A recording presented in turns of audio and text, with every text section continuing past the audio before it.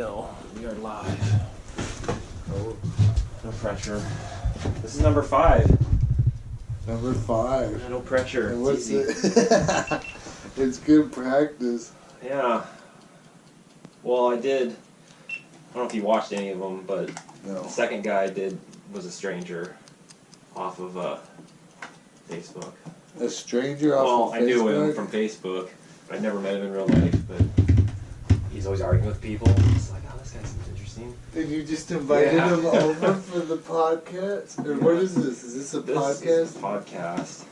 So I'm doing a bunch of random shit. Because you also have a blog, right? Well, yeah, it's all... You got all the... Well, it's all under... I'm calling them all vlogs. Because like, some of them's like... I'm doing art review of my own fucking shit. Or then I'm reading entire novels, like chapter by chapter. And just throwing... I got literally like 200 YouTube videos to make. I'm just playing YouTube algorithm, playing a game. Just because I'm tired of construction. It's good, because when you're old... Hopefully it's still going to be there, you know? And it's a journal. It's a video journal. Totally. That's cheers. like, cheers to the technology we have, that we can have high def in the backyard. But I just, 5 minutes ago, I was just called a Neanderthal. No, weed smoking Neanderthal on Facebook. That was pretty good. I'm doing another Facebook break. I'm off of there. I can't do it for a while. I know, well, that's why... well, I guess if you haven't watched any of these, I find myself repeating myself a little bit, but whatever, it's just the way it is. I started this podcast because of Facebook. Because of the bullshit, you know, just the texting back and forth, you know, it's just dumb. And everyone's like all aggro. I'm just trying to, like, you know, COVID lockdown, blah, blah, blah, so, like... Have a real conversation. Like Good. Super simple, like... And my thing is, people will talk to each other differently. Even you and I probably talk to each other differently online than we do in person. Yeah, everyone does. Right. So you got that, you know, and that kind of goes back to the COVID. Everyone's got their masks, so they treat each other different. It's like the dehumanization thing going on. But yeah, the guy I was arguing with, what were they talking about? Well, it was just dumb, classic dumb. He posted something from March, an article from March in Italy. Boo, it's so scary. Back in March when it was scary. And someone's just like, well, this is from fucking March. It's a little different now. And he's getting all defensive and crazy, and I'm just kind of, you know, he's just fucking Facebook arguing, and then he's like calling me names, like, you're not. And then some doctor chimed in. Oh, because the CDC had come out there last week. You saw the 6%. 6%. So let's just clarify. 6% of all the COVID deaths are actually from COVID. Well, COVID only. And this is where, that's the takeaway, the original takeaway, but I guess they've walked it back, because Trump was talking about it or whatever, so now the CDC says, you know, it's because it's 2.6 other times other things. But I still understand it as you're more likely to die of COVID if you have these other things, obesity, diabetes, whatever. You're old, and then they're saying 90 of the 100 of the people who have all died, like 80% of them are old, and then of that percentage, I guess 80% of them have like low vitamin D, stuff like that. So there's these things that like lead to getting it. Anyway, we're just talking about it. It's like no one really has. And that's the thing. No one knows fucking in the end. No one knows anything. No, the information is all muddled, and we're all being fed through the algorithms what we want to hear. And we're being grouped with people that think like us, and then the people that think not like us are being grouped together and fed the data that they have to support their arguments. Yeah, so like you're never actually you're not addressing the reality, you're addressing this person's interpretation of the news they read. And I know I do it, and I try to be aware of left-wing, right-wing news, and I know when it's right-wing. At least I know it, and I know when left is left. That's the difference, though. Well, a lot of people don't know the left is left. They trained us 10 years ago, we wouldn't be talking right and left. Mm-hmm. And which way do you lean, and people identify so much. Everything is political now. Everything in our life is tied to politics. Our healthcare, our freedoms, like... Everything. Well, your gender, your sex, your race, my daughter's 16, and she's all caught up in the election, and I'm like, you can't vote for another 4 years, you know, so you're way out on voting. Why do you care? Why don't you care about something else? Well, then you hear the horror stories, you know, your kid gets all radicalized and then disowns you because they claim you're racist or something. Like, that would suck. And that's what they're trying to do. They're just trying to divide us as much as they can via the media. Like, when's the last time you unplugged? Like, straight up, no Insta, no Facebook, no news. Not ever. a while. Because I did it back in March, and it was really eye-opening. Well, there's a guy, Dave Rubin, he does a TV talk show podcast thing, and he did the month of August, he goes offline on purpose. He's like a professional TV guy or whatever. So he went offline in August, and he just came back the other day for his first day back in reality, and had this other guy on the show with him explaining the last month. And it was just so insane to hear a month of politics condensed into an hour, you know? Like, so much, you know, and it's like time's accelerating, which, you know, that's what I was talking to Andy about there the other day. It's just like, feels like time's accelerating. Like, there's just so many, you know, the Keno Shaw thing is now old news. You know, now there's like, what's the next thing? Keno Shaw? Oh, the Keno Shaw shooting deal, the kid, blah, blah, blah. Oh, yeah. You know, that's old news. That was a week ago, but now it's like, gone. And that's what they want. And that's our attention span. So that's how the news has to keep coming. There has to be something new, radical, sensationalized, nonstop. Because otherwise, people will stop tuning in. Yep. Go surfing or something. Go for a walk outside. I don't know. It's crazy because I have a pretty diverse group of friends. And we're all on the same page about this. Like, this is all a big scam to reallocate wealth and to take our civil liberties. And, well, that was the move next. I was listening to someone, they're talking about, because they're about trying to do universal income, and I guess there's like, with your social security number, you go to the post office and you get a card, there's Fed bucks. They're trying to, like, electronic, you know, go cashless society's plan. But it's all just, it seems like just crazy 1984 shit, basically. It's like, this is the way it's going. And my buddy at work's all paranoid. I'm trying to get him to come here. I almost got him to come tonight, but he's like, he saw you last night, Sean. I don't know if you know Sean, an Indian. He was driving by you. He said you were on a scooter with a cup of water and something. You were driving a scooter and you almost ran into the ditch or something.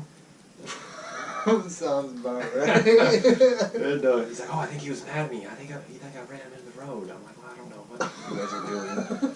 But he's gone paranoid, like authentic paranoid. Like he's worried about, you know, food shortages. And I don't think it's paranoid. You know, I think it's prudent. You know, shit could be getting crazy. Like November is like, who knows what's gonna happen? I know. I just bought tickets to Michigan to go see my family, my daughter, and I come back November 6th. You know, whatever. And my friend texted. She's like, you know, you'll be here during the election. What day is the election? Isn't it the 1st or something? Or 3rd? 2nd or 3rd, I think. And I'm like, well, I'll make it home, right? You know what I mean? It's just gonna blow. It's been a good riot year. There've been a lot of those. What, to be good to be here, or there've been riots down there? A riot, like there's been a lot of riots. It seems. Yeah. Well, they call them peaceful protests, but like, you're gonna get your car blown up, or they're gonna stop you and rip you out of your car and steal your shit. Like, and that's where I'm at. This summer I don't have phone service or internet at my house. So I have to go to the end of the road, check my phone, and that's probably where your homie saw me. Oh. And it's perfect. I go down there, I check whatever, I spend my half hour, whatever I need to spend, then I go home and my phone doesn't ring. And I'm off. So I get these little blurbs, and most of my stuff I just ask people and get their little 2 cents worth in what's going on. And it's pretty insane to be like, to go to California and all these Californians are like, this is the time. Cali's gonna go red. And it's like, really? Well, and they're fleeing. Half the people are fleeing because it's going so hardcore. Like, what's his name? What the hell is his name? Garcetti, the LA mayor. Like, LA's like a hellhole now, apparently. Like, people have left. People are fleeing New York, all these places. And I mean, who knows what's going to happen. I mean, is Biden going to win or is Trump going to win? And if Biden wins, is the riots going to stop? Or if Trump... I think if Trump wins, the riots are going to fucking get 10 times worse, personally. And if Biden wins, then they're going to, like, he's talking about doing, like, a 6-month automatic face mask everywhere around the whole fucking place forever. You know, we're going to lock shit down hardcore, which is the whole Democrats versus Republicans. You know, Democrats are more big government, more control. Republicans typically are less control, whatever. But those are the... Yeah, who knows what's going to happen? I don't know. I don't know either. But have you been prepping at all? Like... I think I'm going to pick up an AR-15. You know, I got another pistol. So yeah, I started growing some more vegetables indoors. So nice. Yeah. Well, that's why we got these chickens. We got them way back in March. We're like, oh my god! We thought, right when the first we thought shit was gonna crash down. It did. It did. There was shells. We went to hopping cars and there was nothing. And we saw Yaya, this old lady from Girdwood. And she's like, I've seen this before in the Czech Republic. Oh. Communist. Yeah. Yes, this is what, Vesna's dad is Yugoslavian from the communists. They fled there, then they fled Iran. Same scenario, lockdown, control, and that's partly why Sean's freaking out. And it's funny because we're always bullshitting at work, and then I realized he's having the same freak out I had way back 2004 when I ran to Canada. It was the feeling of not being in control because I was free in the mountains doing whatever, la la la. Until you realize these big government entities can lock your shit down, fuck you up, whatever they want to do. And you're like, oh, that's terrifying. I thought I was gonna get drafted, or if you get put in jail for some unknown reason. That's the thing, yeah. Yeah, and that's what he's also afraid about. He's like, you're making. You're saying anything on Facebook or anything on a podcast, you say something bad, and then, he's convinced if Biden gets in, then it's going to go that route. They're going to start backtracking through digital data to find out who the racists are and who the bad guys are for even critically thinking about anything. And then, we'll be the one, this podcast will get us in jail. I mean, we haven't said anything racist, I don't think. Well, that's the point, is if it's this podcast that takes me down after all I've done in my life... Damn, Jay. No, I'm not trying to trick you or anything. But I think the people that are freaking out, I think that's where they want us. I think they want us freaking out. I think they want us just rattled and totally dependent. Well, that was a thing, what did I hear yesterday? Oh, it was a Joe Rogan podcast talking to some dude, and he was saying, regurgitating conspiracy theories. He was talking about the Chinese. So remember way back in China, when it first started, and they were showing the videos of the guys just passing out, tipping over, falling over dead. Falling out. And so that was the theory. That's the conspiracy, that it's the Chinese kind of planted it. You're having to give us the thing because they're going to then fuck us over in the end financially. But how there was no other videos of that. It was the first couple weeks. It was like, oh man, this is scary, just to freak everyone out. But how come there's not tons of videos of this, of people just tipping over in the streets, boom, falling over dead? Done. So who knows? But. I mean, that's the theory, is that they got it out, and then everyone's the globalists, that's what Alex Jones would call them, is the globalists, that are trying to clamp down. America's this last little stronghold, and that's what they could do if they decide to fuck over America. They just cut off all of our food supplies coming in, because we get food and stuff from everywhere. There's not enough food. But we send a lot of food to China, don't we? That's true. That's the thing about, everyone's afraid of China, but they're fairly held together. Well, they call them a paper tiger because they're big, fucking with so many people. So much people. They don't have enough food in their own place. They're importing stuff constantly. Right. And what could they really do? I mean, it's not like they can send a battalion of ships over. We're just blowing the shit out of them. Here's the thing, you backtrack a year and a half, 2 years ago, in Russia, China, and Japan owned a whole bunch of our debt. Uh-huh. And they sold that debt off quietly and bought a bunch of gold. Uh-huh. Didn't we something about switch to gold standard lately? And then we switched the gold dollar. Russia demanded when they get paid for oil, it's not based on the dollar anymore. It's based on the euro or something else. Uh-huh. Because our dollar's backed by crude oil now. It's the crude dollar. It's not backed by gold. Oh. Well, and it's hyperinflated. They just keep adding shit to it. It's all imaginary. Exactly. So, it seems sketchy, and you can easily freak out, but then you go for a run, you look outside, and oh wow, it's so nice around here.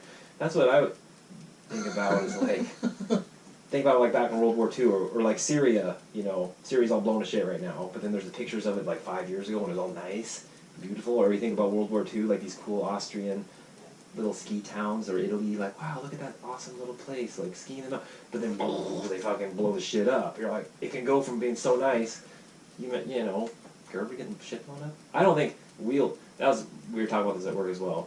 I think our Civil War will not happen here. It'll be in the States. It'll fucking be crazy Civil War in the States. The shit will get ugly. Then that's when China or someone's going to move in and then they're just gonna bomb the shit out of Alaska because we're like this hanging fruit out here. They're like, let's just fucking take out Alaska. We're essentially a big military base. Yeah. With there's a couple bases with land around it, but that's all we are in the scheme of things. And if they were strategically to take something out, it would be here. Here. But we got a huge defense to stop that sort of thing. But I mean, it's all just complete speculation. But there's a reason why there's military here. It's because of it. It's like it's not even fantasy. It's like they're flying fucking planes back and forth all fucking day because of Russia right there. I remember when I was working over at Tordrillo's, on the other side of the thing straight over there, every day, every 10 minutes, it would be like 5 or 10 of these jets, and we were right under their route. Like doing training or what? Just running the perimeter, like doing whatever. And for weeks when I was out there, that's all they did, because they're like the perimeter, like looking at stuff. And so that was my, A theory.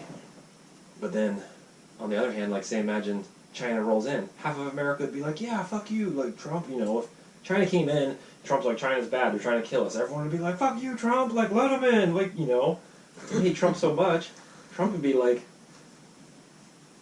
breathing is good for you, and they'd be like, no, breathing's bad, oxygen's bad for you, like, that's kind of how people are reacting. About everything. About everything. And both sides have so much money and so much influence. And that's what I've watched play out through this, is how much influence our local mayors have, our governors, and how easy is it for somebody like the Koch brothers to buy out a mayor or to buy a governor. Like the governor of South Dakota, what does that cost? $2 million? Okay, I got you in my pocket. Yeah, just lock So when all this comes down, you just send out a group email to all the governors. This is what everybody's going to do, and you test it, and you see what works where, and who pushes back.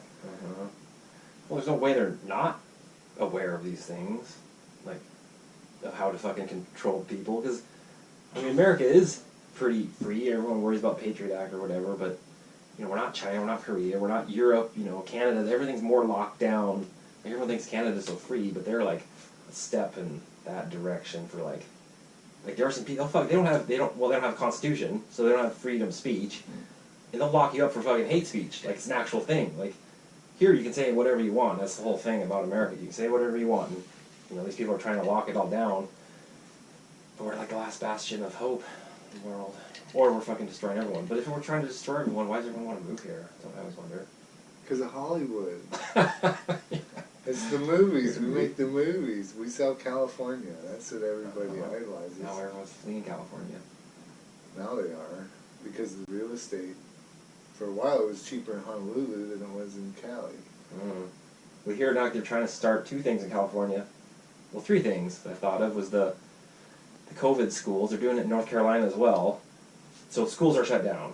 Then they're like, school's shut down, but you can come to these re-education camps. That's what you can come to this education center and pay $150 a week, and your kid can come to an education center. They're using the schools as the education centers. The kids are going to the school, but now paying $150 a week where it used to be free. They're just trying. They're doing that in California and North Carolina, and maybe other ones. That's all I know about. But also in California, they're voting to implement the wealth tax, which is basically instead of getting taxed on what money you made, you get taxed on things you have. Like, say I made $0 this year, but I have $1 million house for some reason.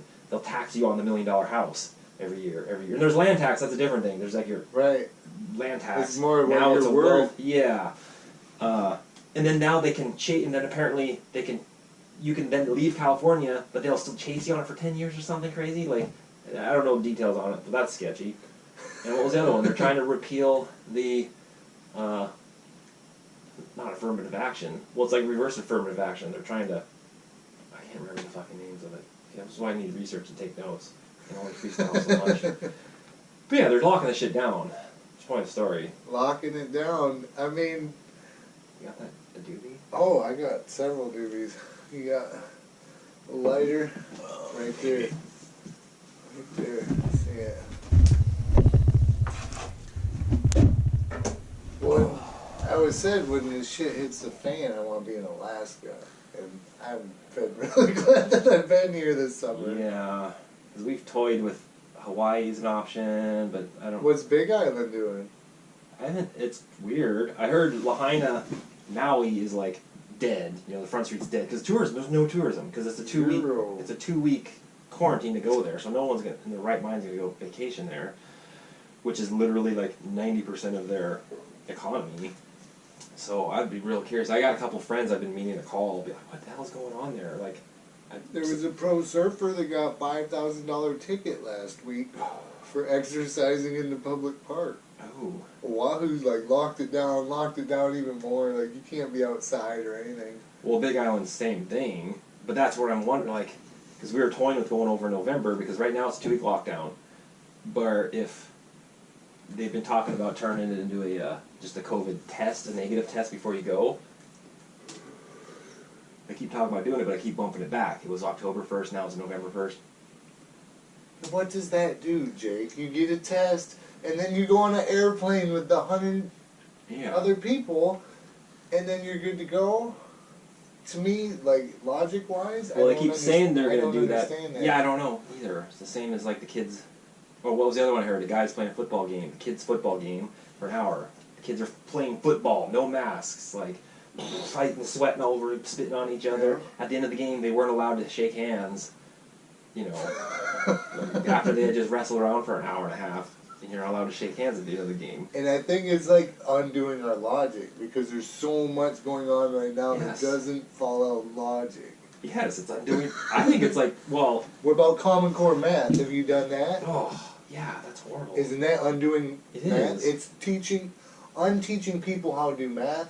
Why would you want to do that? Oh, so you can't do your checkbook, so you can't do your finances, so you just spend money. I could barely do like 3rd grade Common Core math. Exactly. You tried it? Like, it's insane. insane. When my daughter came up. Yeah, you're like, what? And like their rationale is that it tries to mimic more like on the fly transactions, like getting money from, you know, I paid $11.32 and how to break down how much change you're going to get. Like there's a loose rationale behind it, but I don't believe it. It's just stupid. No, like, it doesn't make sense to anyone. But would it make sense to have this thing that's federal?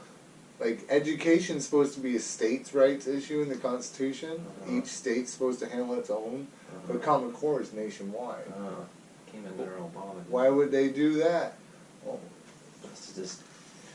Well, and that Rosie, now we're doing homeschooling, and I think it's not Common Core. No. It's kind of back to regular. And that's the thing, that now showing Rosie, I was doing math with her last year, and I'm like, I found myself having to show her the real way to do it, like long division. They were like, break it up in tens, break it up in threes, make a big cube, make a chart, draw a thing. Yep. I was like, no. I did the same with my daughter. Mechanically, this is what the things are doing. They're trying to make it more abstract than it needs to be. And it's undoing logic. It's not a logical progression. It's making your brain go in different ways than your fucking math. You know what I mean? Because I think there's different parts of your brain for different things. And I think what the Common Core does is it takes you out of math to, like, logic or something, and then back to math. Because when you do it the old way that we learned and we show our kids, that's all, your brain's all in math mode. Yeah. But when you take it and divide it into 4, like, Interesting. Well, I taught my daughter, I'm like, well, for class to get your grade, you have to do it their way, but for yourself in life, you have to know how to do it the old way. You have to know how to do it both ways. Yeah. And she's always done really well in math. I can't even imagine what, like, high school Common Core would be. Like, algebra and stuff? I don't even know. I wasn't very good at algebra anyway. I was good. I was like A double plus in geometry, and then like D minus in algebra. Like, I couldn't, I just, when folks, I never did homework, you know, like. What about after that? After? I think I would be good.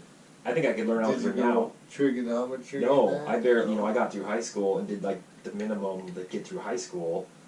Like algebra 2, I think was the minimum. You know, it's algebra 1, algebra, geometry, algebra 2, whatever. Did you ever take a practical math? Taught you how to do your finances? Oh, there's an economics class, I think, how to do a checkbook. They don't do that anymore. Yeah, I heard that. You know. And then in college I did algebra. It was fucking pain in the ass, but I never did. I hated it. I like, took it as a personal offense to do homework. I've always... And like now I'm hearing these kids right now, they're doing the ASD Zoom, you know, from home. and I guess it's horrible. Like in Rosie's left class, you know, they're on it for like 6 hours, or 5 or 6 hours with, you know, the teacher's got a mask in the classroom, like, and the kid's supposed to watch, and then they're like, the kids are supposed to respond. It's teaching them to be like little automatons that talk to a screen. Like they're already on their iPhones addicted. Now they're like being told how to like... For school, for entertainment, for school. Yeah, which is also sidetrack on how like New York City's falling apart. You know, because it's the economic structure of the world. It's like or of America at least. And how everyone was there, but now everyone... Basically, bandwidth technology is like fast enough now that you can Zoom from everywhere and you can be remote everywhere. Like it was on the edge before, you know, but now it's possible.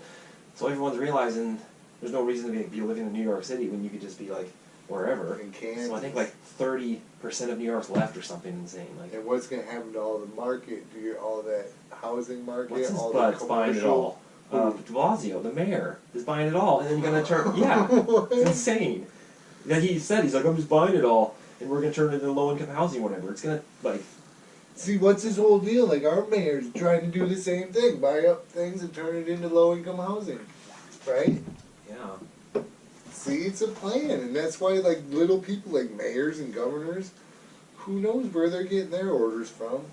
I know, think about that. There is, like, you know, it's a hierarchy. It's a hierarchy. And you think, like, a mayor is kind of like, I'm in charge of the town, but the governor's their boss. It's like a teacher of the class and the principal's in charge of the school. Right.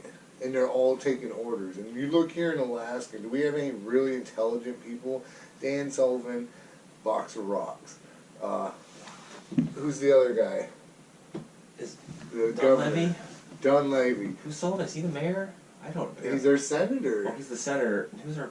No, Berkowitz is the mayor. We've got Murkowski, Dan Sullivan, Don Young, and then Dunleavy, Berkowitz.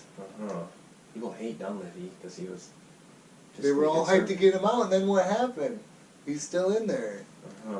Same with Berkowitz. I didn't vote for... I mean... One point of stories, I walked out REI, you know, there's always someone up there pestering you. The people always want you pestered to vote. They all want you to vote. They're usually Democrats or whatever. And then he's like, we're going to vote. You want to sign the petition, get Dunleavy out? And just to fuck with him, I was like, I voted for him. And we didn't. Yeah. Didn't vote at all for it. Like, I just was like, I voted for him. I like him. Just to be a punk. But you're talking about logic, you know, math logic. That's like Andy and I were talking about for a bit. You know, I was talking about, like, levels of logic. You know, there's like emotional logic, rational logic, spiritual logic, and how they kind of are their own thing. You know, emotional logic, everyone's like, I feel bad, and that was my kind of thesis would be, the left is kind of emotional logic. They're like, they feel bad for things, so their logic is based on, like, feelings. Then the Republicans are more like logic, which they're cold-hearted and mean because of it, but they're like about the dollar, and like, it's a different logic, which, not saying everyone's higher or lower, they're just different. Then you have like science logic, which is like supposed to supersede that, because you know the politicians are always like science, but science, you know, they always supersede it. Then there's like religious logic, which ultimately seems down here, but it's like supersedes it all again anyway. Like, oh, Lord Jesus Christ, which is insane. And then there's like spiritual logic, like, oh, Merkaba, my essence, meditation, da-da-da-da-da, right? Which is intangible. But I think they're trying to muddle logic at every level. Every level. Well, you know the Mandela effect? The which one? Mandela effect? Like where it's like mismemories of shit. Like, I couldn't believe Riley didn't know about the other day either. Like, well, the mandala, isn't that... Or the mandala is something, it's like a Hindu, Buddhist thing. Mandela, you should look into it. It's huge. I can't believe you've never heard of Mandela effect. It's basically talking about how... Nelson Mandela? It's from him originally, that's why his name. Really? Everyone thought he died. A lot of people thought he died in prison. He was in jail for like 30 years. And then when he got out, he was released in like 99. A ton of people like were like, what? I thought he died. Like, I saw his funeral. Like, it was a mismemory. They thought it was... And, you know, it's like, oh, you just misremembered it. Like, whatever. So that was the first big one. The other one... But now there's like 1,000 of them. So, like, what did Darth Vader say to Luke when he's about to cut his arm off? Remember the famous lines like... Luke, I'm your father. Well, I cued you for it, but he never actually said that. Yeah, he did. He didn't. Doesn't exist. He said, no, I am your father. Didn't say, Luke, I'm your father. I'm your father. I know. That's what, anyway. How many people were in the car when JFK? Have you seen the video? I saw Luke Skywalker on Mulholland Drive 2 weeks ago, dude. or not Rob Hamill. Mark Hamill. Mark Hamill, bro. Really? And this dude's up on Mulholland Drive, old dude, kind of gray, ripped. He's got his shirt off and he's just up above LA. Really? And I'm driving my buddy Tom, and I'm like, I know that dude. And I just kind of like waved. And he's like, who was that? I'm like, that's fucking Luke Skywalker, dude. And he looked it up, a current picture, and it was him. And I was like, damn. Alright, anyway. But yeah, that's a Mandela effect. The other one was like JFK. Remember the footage of JFK getting shot? Yeah. It's famous footage. How many people were in the car? Do you remember the car driving? There's people in the car. There was Secret Service, him, Jackie. Him and Jackie were in the back, and then there was at least 2 in the front. That's what I remember. It was 4. They're in the back. There's a Secret Service and the governor, I think. That's what I remember. Now there's 6. And I rewatched the video. Dude, it's a different video. The famous video that you know in your head. I went and YouTubed it. I was like, what's the Zapruder? It's called the Zapruder film. He's the guy who filmed it. Because I watched it a ton when I was in high school. My girlfriend was obsessed with JK and did a report on it. I remember just being obsessed about it for like a couple weeks in high school, right? And I went and rewatched the video. I was like, oh, that's not the same car. Now it's a huge 6-person long with this bar thing, and the camera angle, it's shaky and it looks different. And you're like, are they fucking with us? Like, so anyway, that's another one. Another one is Berenstein Bears. Is it Berenstein or Berenstain? You know, S-T-E-I-N. No, it's Stain. Berenstain. It used to be Steen. It's in this memory. Another one. Okay, so my memory... No, but everyone has it. No, it's like, well, that's the theory. So, another one, there's so many. Like Bragg, I always think... Are they changing their memory? Well, you know Bragg's sauce, or soy sauce shit. Yeah.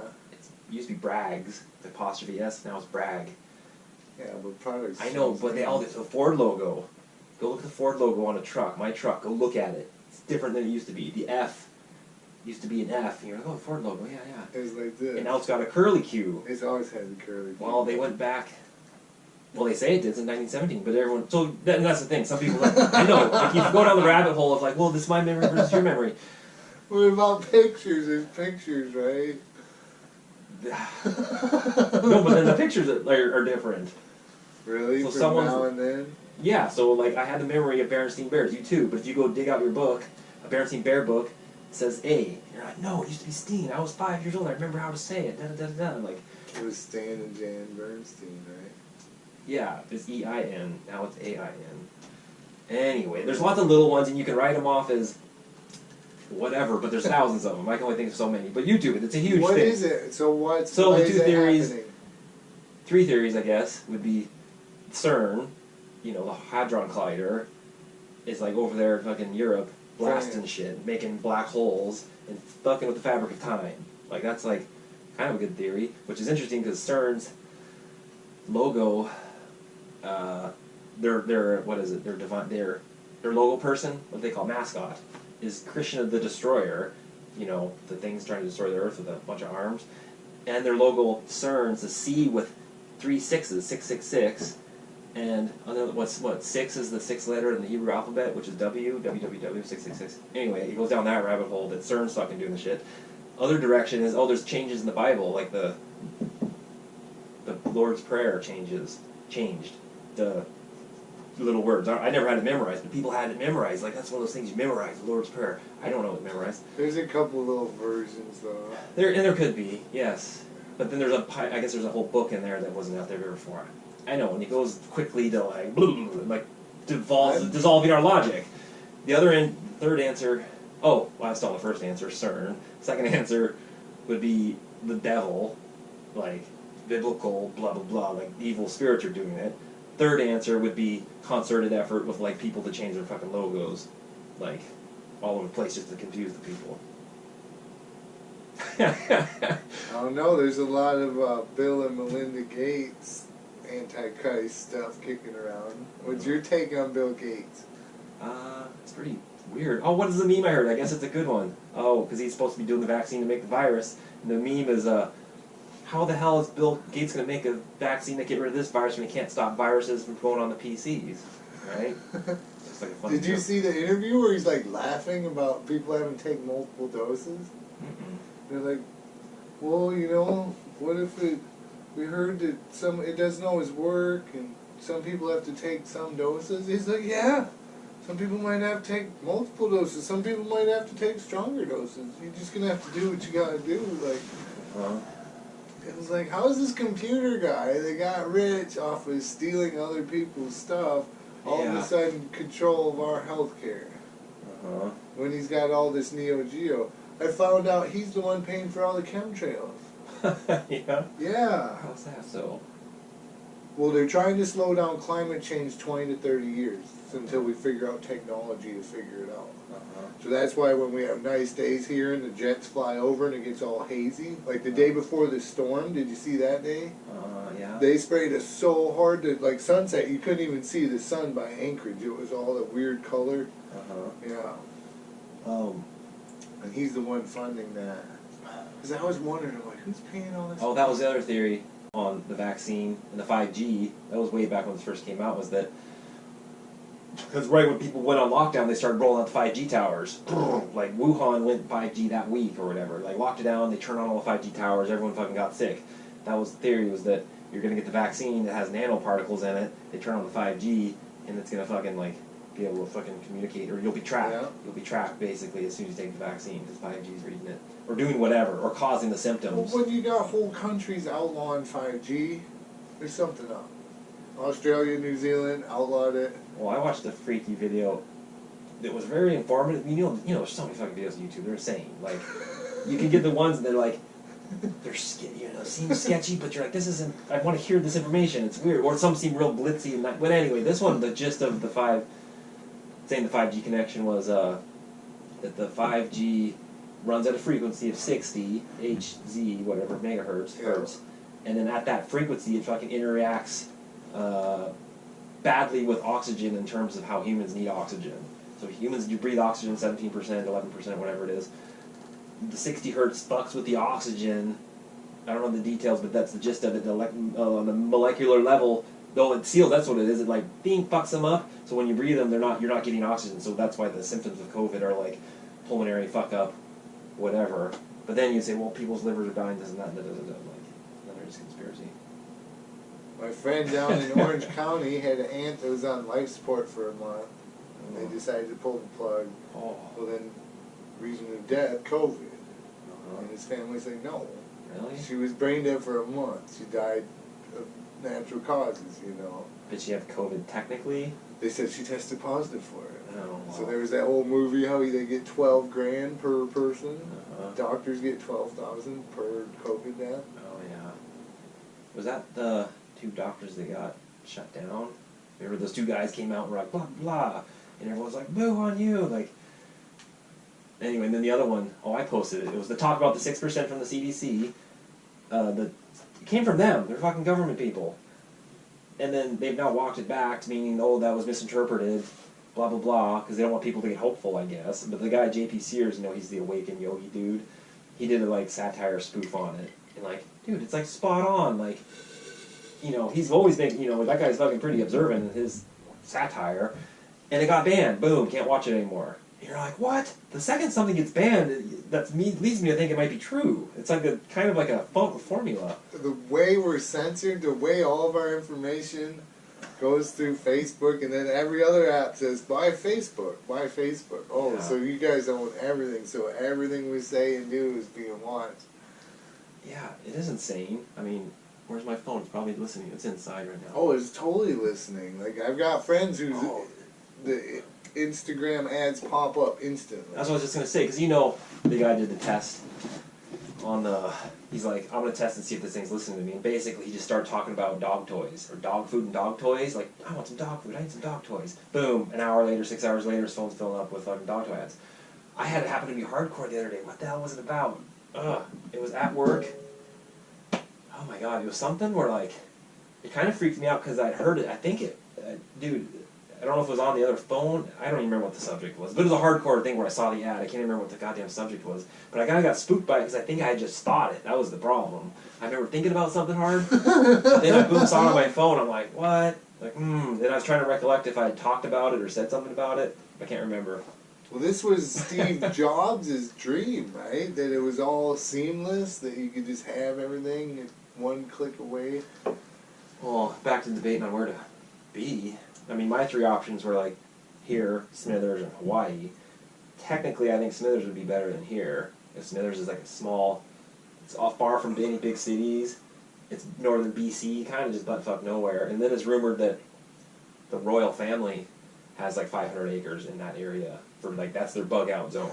So that was a rumor. When I moved there, I was like, oh, you know, because Commonwealth it's British, whatever. Yeah. And I was like, oh, this isn't because I had bugged out from America from fucking you know George Bush, whatever. That's when I went there. I literally had a fucking full on breakdown back when George Bush. You know, and that's why I'm. That's when you went to make movies. Yeah. You know, that's why I am critical of like the liberal left thinking because I did it hardcore and I lived it, I breathed it, I believed it, and then when I mustered my way out of that end of logic, emotional fear logic, basically, I was mad at myself for having succumbed to it, being brainwashed by it, and I noticed I was like, it was an actual event in my head, and like go left. It took like 3 or 4 years of aggressively like reading National Review and Fox News and shit. I'm not even kidding. To like.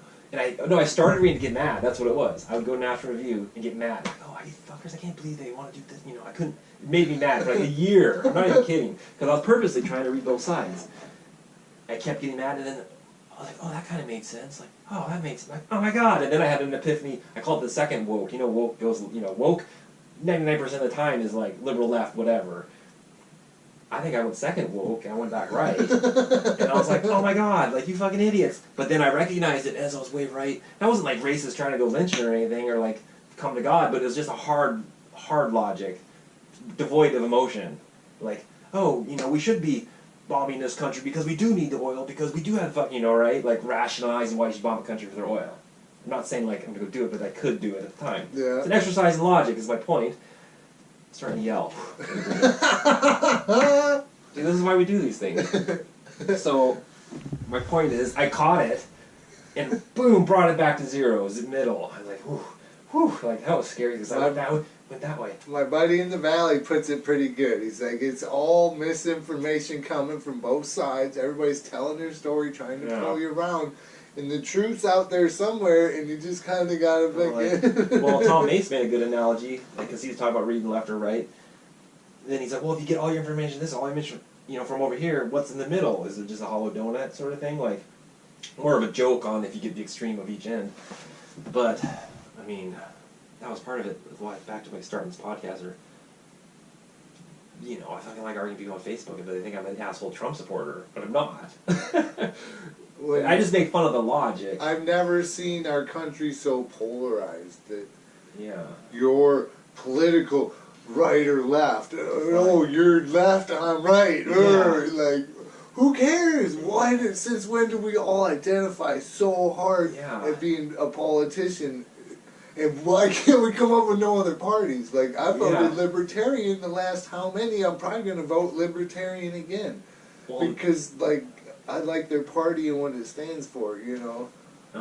Well, and exactly to that point of, like, knowing who's polarized or not. A guy, friend, on Facebook today came out and was just like, blah, blah, blah, full of Trump support. He's like, oh, I love this guy, he's great, blah, blah, blah, blah, blah, like the full thing, like paragraphs long. And then half the people are like, yeah, good job. The other people are like, boo, you're insane. Because you see people's sides. You know, there's another, so then there's a side friend who I'd known for years who juked in and was like, Trump's evil. And I'm like, oh, that guy's on that side, right? You just like, you're like, see these people, the chips are falling, which was like, when Andy and I were talking about levels of logic. Andy's interview was great because he was like up here in like spiritual world and talking about how the polarization in the politics is a symptom of the polarization in the actual electrical poles of the fucking earth. Like the earth is a polar thing, you know. Well, the poles are shifting. Yes. Yeah. And they're like positive faster negative. than ever. They have to update the maps because it's moving 15 degrees per year now or something? Know.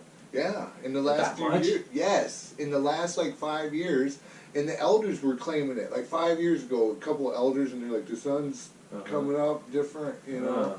Interesting. Well, then, the North Pole was moving. It usually moves like 2 or 3 degrees. Well, then it moved 5, and now it's moving like 12. So they have to update the maps because the magnetic declination has been changing.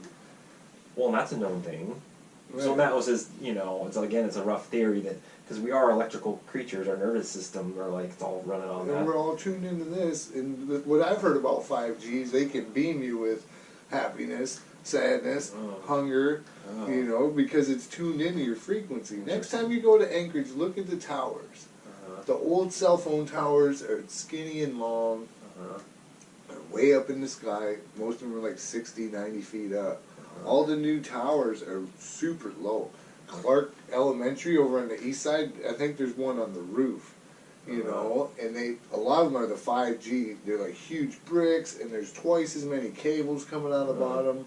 Like, what's all that for, you know? Our bandwidth, bro. That's where I like it, where I'm at. Nice and quiet. But yeah, as far as picking places to live, well, we're here. Like, we're not... Well, we half thought about trying to go to Hawaii in November. November 1st, boom, we're going. We're talking about it. I don't know if we are, but for just 2 months, like November, December, just for the sake of it. I haven't been there in a goddamn year. But we're like, oh man, because we thought they were going to do the negative testing thing in October 1st. So we're like, okay, if I just got to do the negative test, that'll be worth going. It'll be great. And we're like, oh, it'd be interesting. But can you fly in and go to your house and just be home for 2 weeks? Yeah, you can. It's not. But they're going to track you, and it's a $5,000 fine if they track your phone. And we got enough. You fucking leave your phone at home. And like that's a funny thing about it is our house is literally this big with bug nets. We are outside, and I'm on the edge of a fucking vast lava field for 20 miles. There's not a soul to be seen. I can go out in my street, and there's like it's an interesting neighborhood. It's like imagine the size of Girdwood, like Upper Girdwood area, with not a single tree that houses that same. All just lava. All in lava, and they're all just and you can like talk 20 houses away, like, hey Joe, how's it going over there? Why is that? There's just no fucking trees. There's streets, but there's no trees. trees. But it's still air, or? Oh, and it's like, they call it the fishbowl, because it's like down here, we're right in the back on the hillside that starts up, but I can sit there on my fucking porch in the dark at 8 o'clock at night and hear a conversation over there, or hear that chick yelling over there, or hear a baby crying over there, or hear a party over there. And it's not enough that you're like disrupted, but it's like an acoustical thing. Yeah. And the point being, yes, exactly. I should be able to just go show up and like do what I want. But no, the beaches are fucking public. Beaches are closed. And then I know that's the village down the end of our road, where the good sweet spots to go easily are like locked down totally. We're like we can't come there and live there. So it's like fuck. That's where I'm like I'm not gonna go over there and sit in a hut for 2 weeks and then I can't even go to the beach once 2 weeks is up. But Girdwood is pretty good. I think Girdwood is good. As long as the food keeps coming. That's why I got chickens. That's the thing. Second food's done, Girdwood's gonna suck. Alaska's gonna suck. There's no food. We're hurting. Like, I got salmon. We could probably survive this winter. We would. With chickens, we got enough. And I got enough salmon to get through this winter, the COVID winter. This is the first COVID winter. You know, it was COVID spring. It wasn't so bad. Remember, we're like, COVID, it's springtime. Well, whatever. You know, then we have these fucking beautiful days in Alaska and everyone's out. Now COVID winter's coming, and that's when it could get real. So, have you heard how they say you can catch it again? Yeah. I don't think that's how viruses work. That's how they're supposed to work. Like the Spanish flu. Everybody over 40 had immunity from a similar virus, so they lived. Interesting. You know, the younger people were dying. Well, and that's the theory about the virus. This guy, Brett Weinstein's like some evolutionary biologist dude. He did an interview. I get a lot of information from Joe Rogan. So that's why we're here, actually, Joe Rogan podcast. Actually, it wasn't very... No, it was actually a very specific interview I listened to. I was like, I'm fucking doing it. But anyway, his point was that the virus has a very strong fingerprint of being genetically modified within... Because it's very easy to catch, but it's got real tweaky symptoms. Like, he says that's an indicator of being modified for studying purposes. You want it to be very easy to catch so you can study it and tweak it to do these things. It's not to say he wasn't saying it was released on purpose. Who knows? But it could have been the thing that got out, basically, which very well makes sense. Came from Wuhan, which was the place that they invent viruses. Where there, who Beachy has, I guess, stock in that company. Probably Bill Gates too. Yeah. And that's what they're also saying. This is like the test run to see how well we lock down. How well are they going to work? You know, then what countries do good and what countries don't. Yeah. Like there's a lot of protests last week around the world, right? I haven't really seen any of that. Like, I saw a whole bunch. I haven't watched news. Like, I know there is in general. There's been the Black Lives Matter protests, and I mean half of them. I mean, what are they protesting? Well, around the world last week was all about COVID scam. in the lockdowns. Oh, I hadn't heard anything about that. They're not letting you get that info. I was hearing that they were like Black Lives Matter protests. No, they did, but then last week was all like Germany was a huge one. Germany had 400 doctors come together and say this is all a scam. This has nothing to do with healthcare. This is all a political deal. Really? Like this is not based on medical knowledge. We can cure this virus real easy. Really? Yeah. Germans recognized. I don't know. I think Germans are pretty smart. You know? Yeah, well, that's the thing. Like, so I'm getting shit on Facebook. He's calling me a Neanderthal non-critical thinker. He posted the thing about a March article, which was just like a full pop. And then was getting shit on by a couple people, and it's not shit on. It's just like, well, what about this? What about that? You know the game. Just like, what about this? What about that? You know, like, and then some people. Another thread today, they just shut it down. If they're getting beat up on, they just delete the thread. Isn't that the most bitch move ever? Yeah. I'm getting lit up online, so I'm gonna wake up and delete my comment. So it's just everybody looking mean to me. Yeah, or they delete the whole thread. Right. Yeah. Which I can't stand. And it's such a funny game. That's why you gotta take screenshots of it and post it again the next day. Like, yeah, right. Try to run away from your words. But that was the gist of it. Is that basically you've got like two types of people: the ones that are happy to willingly wear the mask, do it. That's my daughter. My daughter is 100% in. She'd be the first to get the vaccine. Mm-hmm. She's a vaxxer. Well, we've already got a bunch of vaccines, and that's the thing too. I'm like, oh fuck, this vaccine sounds scary, but we've got vaccines from everything. In order to go to public schools, you have to get vaccinated. But your kids have way more than you, I bet. Maybe, yeah. That's it. Like, have you seen like from 1950? There's like total vaccines in your whole youth was like 12, and now it's like fucking 30 something. Well, and you give it to them because you're like you want them to go to school. Chicken pox is required in some places. Yeah. So I'm like, yeah, if the vaccine comes out, because that's what they're going to do. They're going to say, you cannot travel now unless you get the vaccine. That fucking sucks, They're dude. literally going to do that.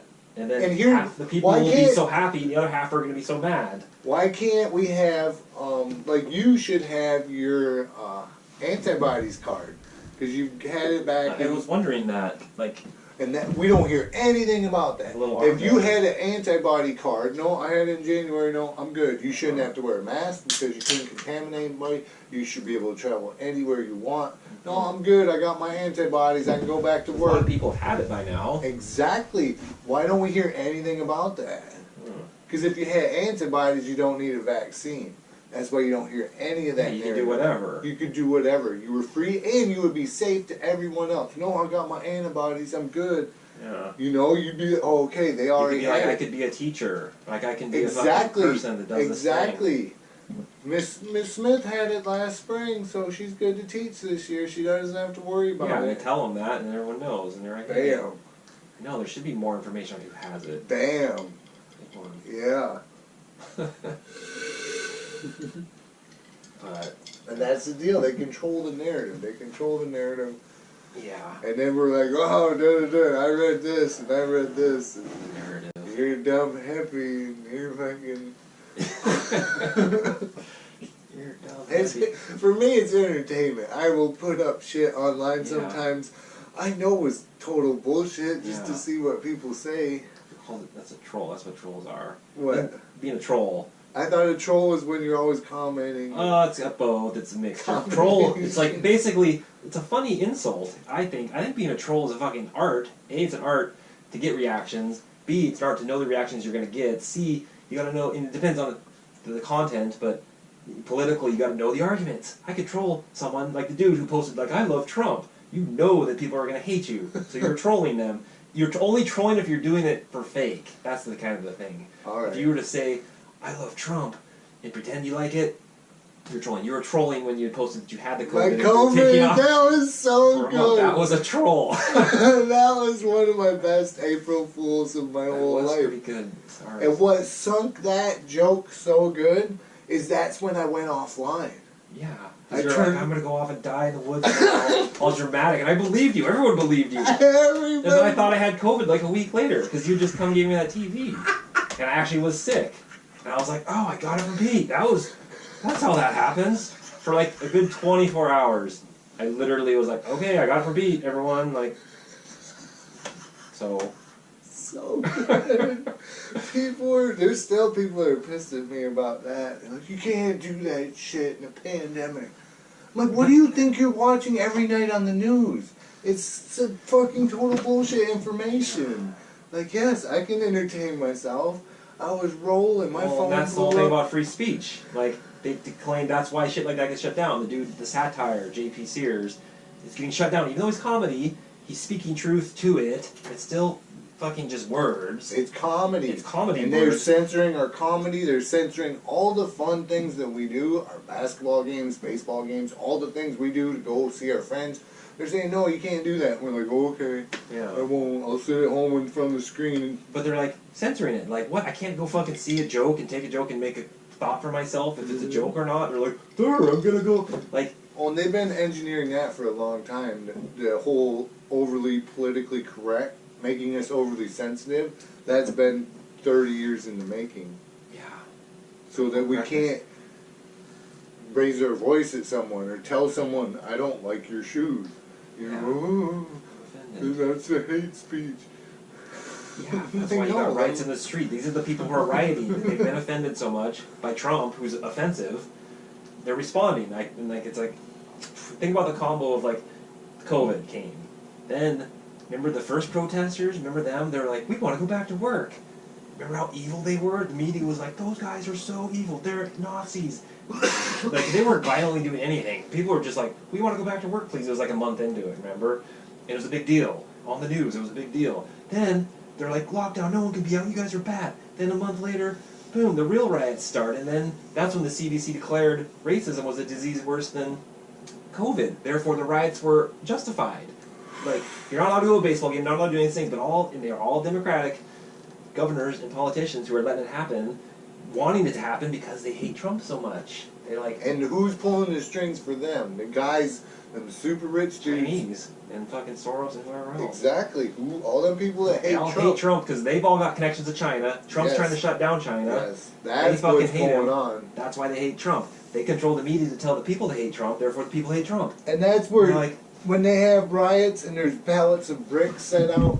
Yeah. In multiple cities, not just one city, multiple cities in our country, these are planned events with pallets of bricks set out and paid agent provocateurs to set this shit off. And you know, the dude, there's Antifa Facebook pages, or there's... Oh, hi. Oh, you guys aren't on camera. We are. You gotta go. Here. Here's a gizzard. Oh my god. And here's the egg from our chicken. Oh yeah, you do. Pete does. There you go. I do? Yes. This is like a delicacy. Delicacy. Old Town Gerwin delicacy. Gizzard from our hen that got killed by a dog. And that's an egg that was going to hatch in probably a week from now. It hasn't hatched yet, so that's special. Mm-hmm. It's a delicacy. It's got a little bird in there? No. They're not fertilized. We don't have a rooster. It's an egg, like an egg, but it just hadn't come out of chicken yet. Oh. It didn't have a shell around it. You put it back? Oh yeah, Pete. That's power food right there.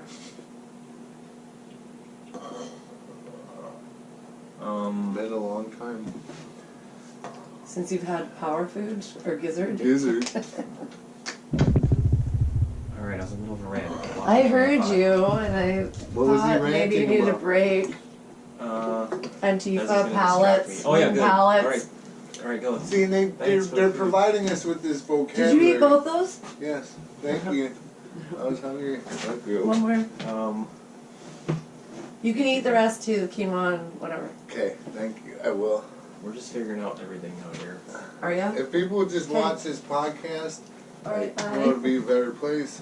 Antifa, so their meetings get called out. Whatever it is, but there's a thing where there's emails that go out to these people, like, we're going to meet this thing. The same person who's dropping off the pallets is also calling out when to go to these places. There's a communication going on. They say Antifa doesn't exist, but it fucking exists. It's like Fight Club. First rule of Fight Club. Don't talk about Fight Club. Like, no shit.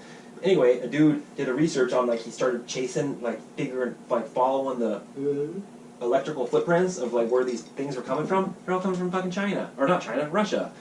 They're coming from Russia. The Russians are fucking like, hey guys, go to LA now. There's a pile of bricks waiting for you. Just like they fucking did the election, now they're doing all this? Yes. Now... Putin, I told you from the start, boy! Putin is handling shit. Well, on the other end, so remember the people falling over dead in Wuhan, the Chinese video of them falling dead originally? Uh-huh. They also untracked 150,000 email bots had been pounded in Italy. And Italy had a massive thing going on way in the beginning. And Italy, I don't know if you know, Italy has a huge Chinese immigrant thing. The month before COVID hit in Italy, or the week before, they had first ever National Hug a Chinese Person Day.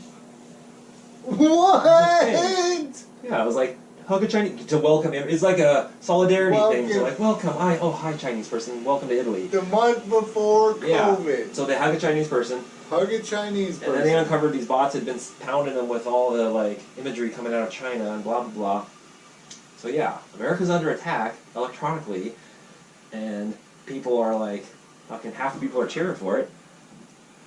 See, when I was a kid in Michigan, we had the Michigan militia, and it was a legit militia. These guys would get together, they would train, they had meetings, they were organized, there was a hierarchy, and it was for a time like this. Like when the shit hits a fan, we all go and meet up and talk about it and say, hey, what are we going to do? What are we going to do if they shut down the highway? Like, what are we going to do if tanks roll down the street? Militia.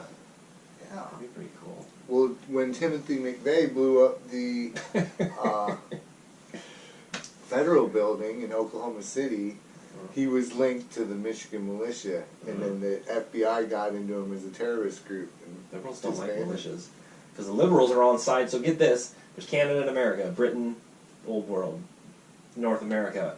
The Canadians are the loyalists, the Americans are the rebels.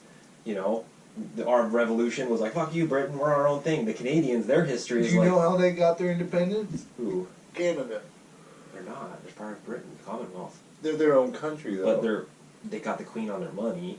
Right, but they're not. Yeah, I know what you're saying. Scotland, too. Yeah. They asked for their independence in 1932 and said, could we Nice. be our own country? And the like, Queen sure. said yes. Oh my God. Funny thing about that is, when I was in Canada, there was a big kerfuffle that went on for a while, and it was Stephen Harper was trying to prorogue, they call it prorogue the government, which is kind of like, I guess it's kind of like filibustering, it's kind of like throwing a monkey wrench into the paperwork to shit can't happen. She can't have no food. We're in the middle of production, Mesna. Yeah. I know. I'm sitting their food. They're starving. They have no food. Dumped it on the floor, they ate it all.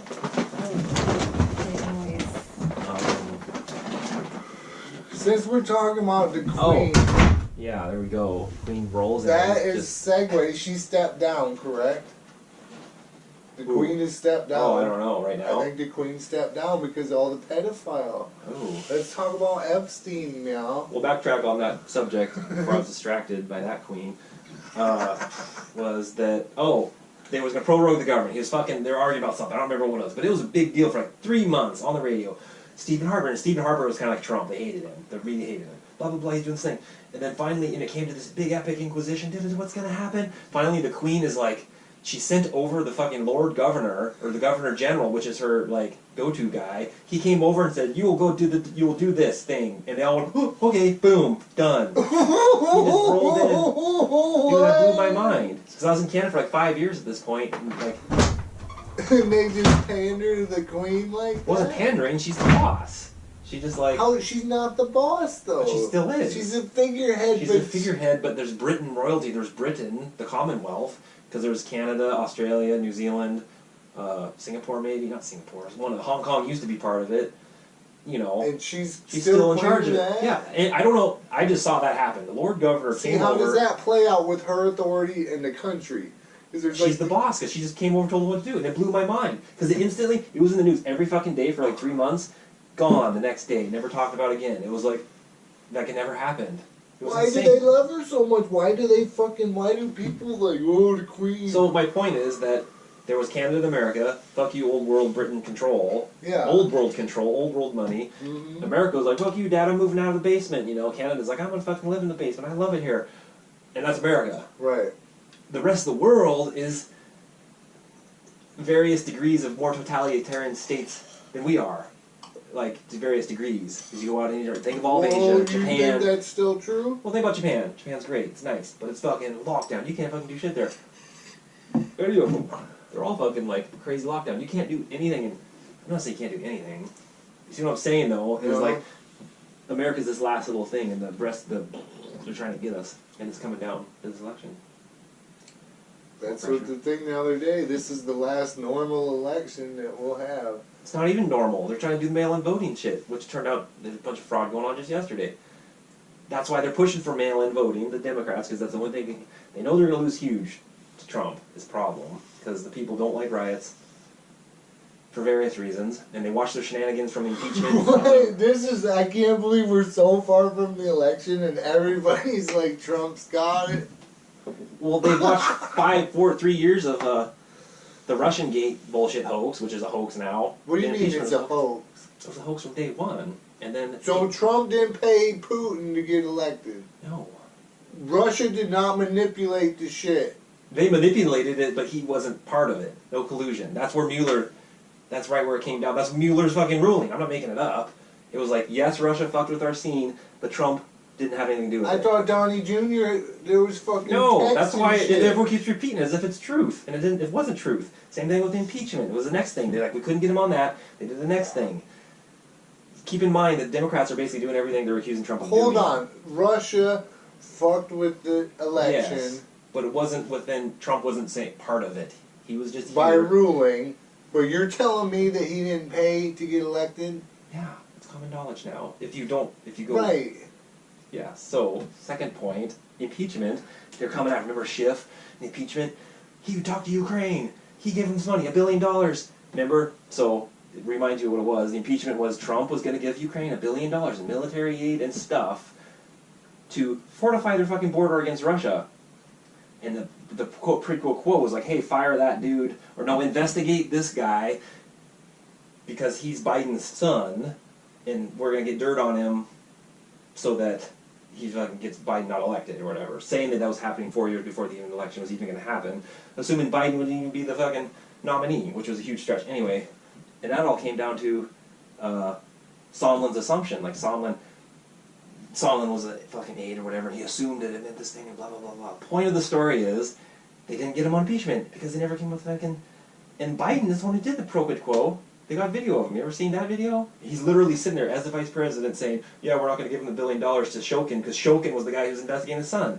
Like, Democrats have been doing everything they're accusing Trump of doing. It's the insane part. I believe it. So, and that's the question then, if... That's the game? Why would, and that was my question, because there's the Russian hoax and Ukraine hoax. I'm like, oh, he's in bed with Russia. Is it a hoax? Okay, I won't say hoax. There's the Russian scenario and then the Ukraine scenario. So that's my question. You might have an answer. Someone might have an answer. Put in the comments below. Here's my deal with the Russian. Okay. Have you seen the video that breaks down Trump's body language at the G8 summit? It's so good. I'll watch it. Because it shows him with all the other leaders, and like, it's like oh, yeah, nobody wants to be near him. Nobody's making eye contact. Yeah, they're all the fucking globalists, and they're fucking mad at him because he's shutting their shit down. And then Putin enters the room, and he's like, oh. And Trump is like a fucking puppy dog. Really? Just fucking waiting, like fucking, yeah. Well, that was my question, though, and I don't have any answers. This is all just bullshit. I don't know any of this. Like, are you kidding me? So, why, that's my question. Russia hates Ukraine. They want Ukraine back. They're mortal enemies for fucking 100 years or whatever. Why would Putin say, hey, Trump, you should give $1 billion to my mortal enemy so they can fortify his border so I can't fucking take Ukraine back? You know, it doesn't make sense. The answer would be... A lot of times when it doesn't make sense, yeah, it's fucking, we can't even figure it. You know what I mean? Yeah, so totally. Because, and here's one way that could play out. They fortify the border. Oh, now they let Putin in. Now Putin secures all that $1 billion worth of assets. There you go. Good answer. Boom. You know First what I one mean? to answer the question. There you go. Could be that. You gotta think like Putin, and Putin is the most gangster person in the world. Nobody in the whole entire world is more gangster than Putin. Well, people accuse Trump of being like mafia, but he's not at all. No. Like, Putin's dealing with like Trump, old world, long game shit. Same with China. like long game. Like we're fucking like this microcosm game. We're like, oh, what's the next thing? What's the next? Everyone's like, oh, fucking, like we're over here. And that's the deal. We have a way bigger economy than Russia. We have a way bigger military than Russia. But they fucking control us by controlling our president and controlling the media. And that's the deal. Putin probably doesn't have enough money to pay for the media to own it. But he did have enough, this dude's going to pay me to get him elected. Now he's going to pay me to have him in the back pocket. Yeah, that's where Putin is, and that's why you just see him, his demeanor. He's like, yeah, it could be true. I mean, yeah, that's the whole game of it all. And like, the people get so mad. I'm like, Trump might be the fucking only savior, or he might be the fucking Antichrist. He might be either. Or like whoever might be, start trying to predict. Here's my deal. It doesn't matter to me who the president is. Yeah. Tidal wave goes by twice a day. I want to be on it twice a day. I can grow my own food. I put up a lot of my own fish. Well, that's exactly. The more self-sufficient we are, the more we don't have to care. That's true. Like, if we can provide everything we need, why do I need to care what the laws are? Why do I need to care what's at the grocery store? I'm good. Well, that's exactly, you're talking on a pragmatic level of what I had been thinking on like a esoteric level or spiritual level in terms of like being protected. Like it feels like the fucking, and I'm not religious per se, but the rapture, the badness, the fucking evil's coming to the earth. The earth is doing its thing, and that's like the Christian story is that the shit's gonna hit the fan, and then all the saved people are gonna like, whoo, what's the way? Left behind. Yeah, they're left behind, exactly. And the people are left behind, like, on Earth. So, talking about, like, frequencies of, like, because Andy, that's what he was talking about. You should watch it, it's interesting. He's talking about, like, ascended beings and fucking 100,000 year timeline of, like, the aliens and the this and the right? And, like, the higher dimensional. The higher dimensional beings that are all around us, but we're in third dimensional. They're up in 6th, 7th, 8th dimensional, whatever. What about the aliens interfering since 2006? Do you know about that? I know not 2006 specifically, but 2006 they started interfering, and my buddy was just at Shasta and met some Lumerians, and there's a bunch of Earth ships there, and there's a bunch of aliens here trying to help out because shit's getting fucked up. Lumerian? They're from Lemuria. Oh. Aliens. They're like people? They're people, yeah. Oh. And that's what I asked him. I'm like, how'd you know they were Lumerians? He's like, they told me. I'm like, did they have laser eyes? He's like, yeah. Well, there's a guy, Drumballo. Look at this dude up. Drumballo, that's his name. He says he's fucking 100,000 years old. He's like a fucking ascended being, whatever. That's what he says. So, I mean, that's where it gets interesting, because talking to Andy was really great, because you got, why are in the bullshit logic down here is we're talking about emotional logic and rational left this bullshit. But as soon as you climbed out of it in terms of like, I don't need to care about the bullshit because I can take care of myself. Which is synonymous with like emotionally, spiritually climbing out of the bullshit. Like exactly, because so much people put so much energy towards all this. And that's it's dualism, it's polarity. It's like I look at my time on Facebook and I look at how I feel when I'm like, am I stoked when I come off there, or was I trying to fucking think of something? Fuck you, Or then you say something, and I found myself like, I'll say something, and then I don't even want to go back and look what they said because it's gonna be mean or And then you'll have to process something. Yeah, and I'll have to it's like this emotional drain, and I'll think about it all day. Like today, I did it. I posted something here, there, and the other place. And I was like, oh yeah, I really told them. I mean, is your hidden sin? You're like, I'm probably going to regret that. And then sure enough, the next day, I'm like, I don't even want to look at it. Like, why, reap what you sow, you put it out there. Even if I'm not technically mean or a mean person, they might take you as being a mean or mean person, and then they responded. That's the whole thing. The one guy, he called me fucking Neanderthal. Whatever. Just in text, and that's where for me, like I like him in real life. That's the thing. We like each other. Exactly. And it fell apart. A lot of people like each other in real life, and I've seen relationships fall apart because of online shit that happened. Yeah. And I think that's what they're trying to do. It's a different part of your brain, though. Like thinking about the common core, your brain's doing a thing. Like the thing, it does a different thing. Your brain's like, you are anonymous, and that's why it's interesting. Have you noticed the difference between like posting in anonymous forums or like Facebook forum? Like an anonymous forum would be like Reddit or whatever, where you're like Jimmy Joe fucking 184, and they're like, who the fuck's Jimmy Joe? Like, fuck you, Jimmy Joe. like I've done that game like on Teton Gravity. I was there, but I've been there so long that all regulars all know who I am, right? Like, so there's like levels of self-doxing. They're like, oh, I know this person. Like, oh, then you're less inclined. And then, I'd spent a lot of time arguing the political forum there because it was kind of anonymous. I don't know any of these other people. They don't really know who I am. They're fucking all anonymous. But then bringing the game, that's the problem. That's my problem, I'll tell you. I spent a lot of time in these fucking anonymous forums arguing hardcore meanness. Not me being mean necessarily, but like, intellectual insults are more there. Like, you fucking, it's there. It's more there, it's higher stakes, but it's impersonal. It's like, but it's fucking funny because people's fucking filters are off. And like, but then when you bring any of that to Facebook, that's real people, like, that I have to see at the fucking store, at the Merc or whatever, right?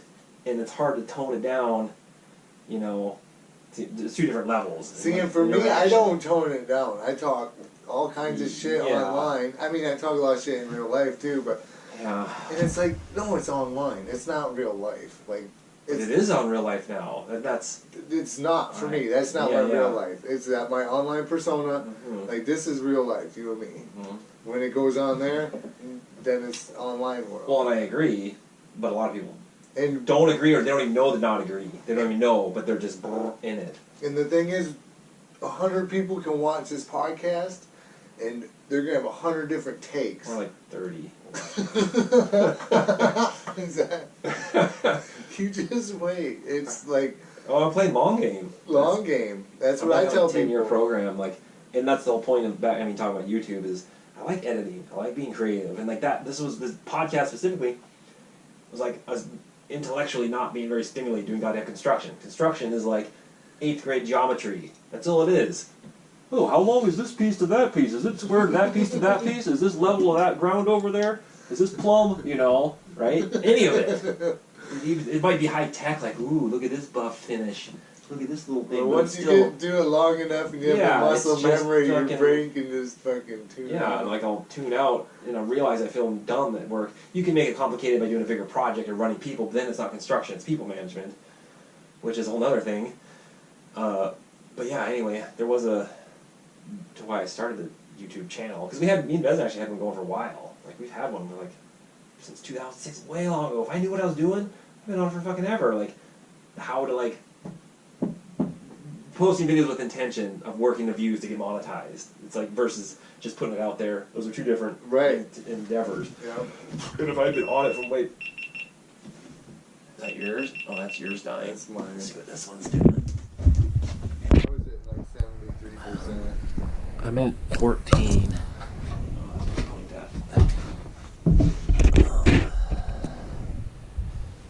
So, just feeling dumb. And so then I was like, I'm just gonna start cranking out videos and doing whatever, like running with Bobo, and then I'm doing art, and look at these art things I made. I'm just like, that's what I wanted to ask you. What makes people like you and me have so much energy? I don't know. You produce so much. You produce art, fix the house, build houses, take care of the kids. Weed, actually. Huh? I'd say weed. I mean, a lot of it. The weed gives you the energy? Well, not the energy.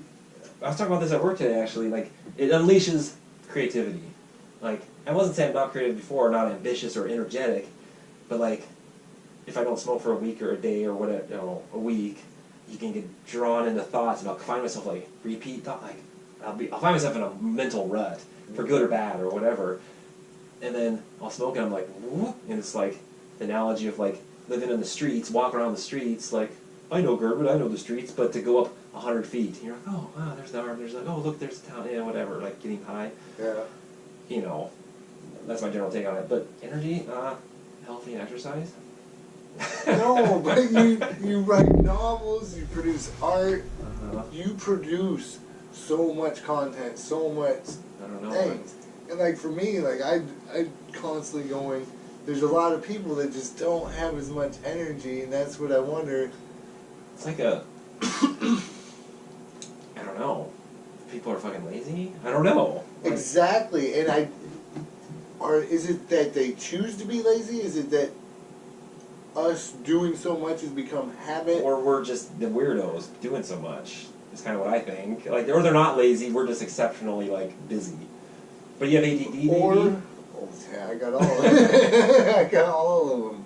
But if you go back 100 years ago, were there more people like us that were always just busy doing? No, I think there's always probably a strata of people, like, of usefulness, productivity, you would define it however you want. But could you have lived here 100 years ago and not been... Because you would have died. Exactly. That's what I'm trying to say, is now with all of our comforts and now with everybody just getting free money. Yeah. Like, how many people are going to want to go back to work after this? Yeah. Well, and that's what I was talking about, I don't know, Andy or one of them, about, like, test of manhood, right? Like, you growing up in that situation, going to war, that's like, you gotta do something because you're gonna get shot, you're gonna die. Like, real fundamental, like, you gotta do this or you're gonna die, you gotta grow this food, you're gonna die, you gotta do the.